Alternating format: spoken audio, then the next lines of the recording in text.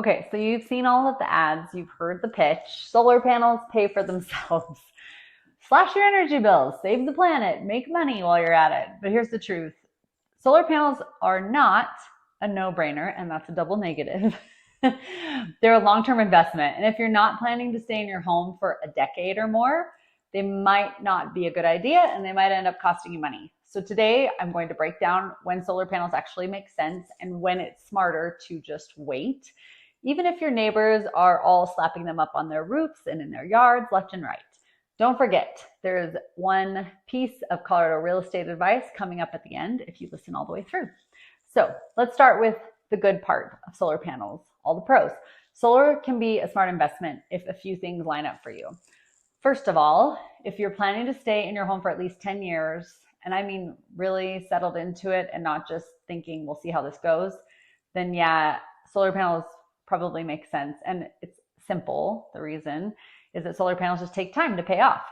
Most systems break even around the 8 to 12 year mark, depending on how expensive your system was and depending on your setup, the company you use, local energy rates, and any other incentives you might have been able to grab. So if you're going to move in 5 years, you're probably not going to see that huge payoff. But if you're in this for the long haul, and especially if your energy bills are high, solar can lower your monthly cost and insulate you a little bit from future energy rate hikes.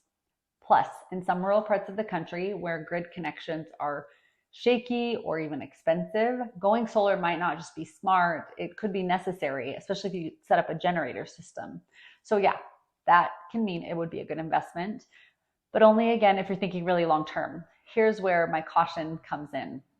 Solar is a huge upfront cost, and even with rebates and incentives and a lower monthly bill, you're still talking about tens of thousands of dollars, or taking on a loan that ties up your finances and increases your debt to income ratio.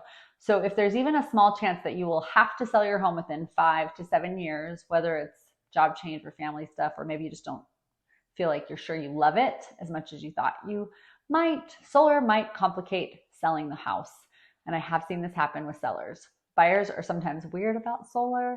Some love it, some don't totally trust it, and some don't have the financial ability to take over your lease or your loan for it. So if your system is leased, financed with a lien, that can be a really big headache in the resale process.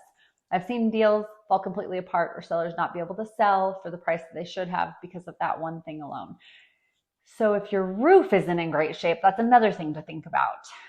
You might want to do the roof first.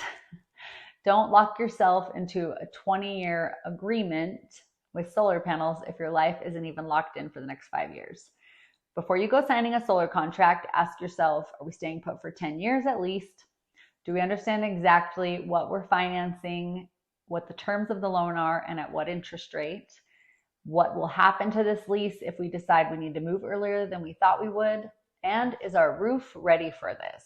Like, there's no major repairs needed on this roof in the next 5 years or so.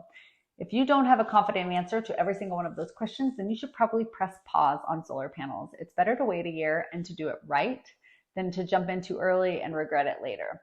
Okay, if you stuck around, here is your piece of Colorado real estate advice for this week. If you are thinking about selling your home and wondering if you should add solar to boost the value, don't. It rarely increases the value of the home enough to cover your costs. Most appraisers are not giving a dollar for dollar value on solar panels, and it can turn off buyers who don't want to inherit a lease or a loan. So focus instead on simple, efficient upgrades like insulation, windows, outdated appliances, a new furnace, the boring stuff that really makes energy efficient sense and helps buyers feel at ease. That way, you can save a solar panel purchase for a time when you're going to have a home long enough for it to provide some real savings. Solar is not a scam, but it is not a quick win either. So treat it like what it is, a long-term investment in your home and the energy future of your home. And if you're ready to commit for the long haul, then go right ahead. But there are other ways to save energy and save your money without locking yourself into a solar loan. So if you're thinking about buying, selling, or just curious about whether solar would add value to your property, give me a call. I'm always happy to answer questions. Thanks for watching. See you at Live, Play, Stay, Salida, Colorado.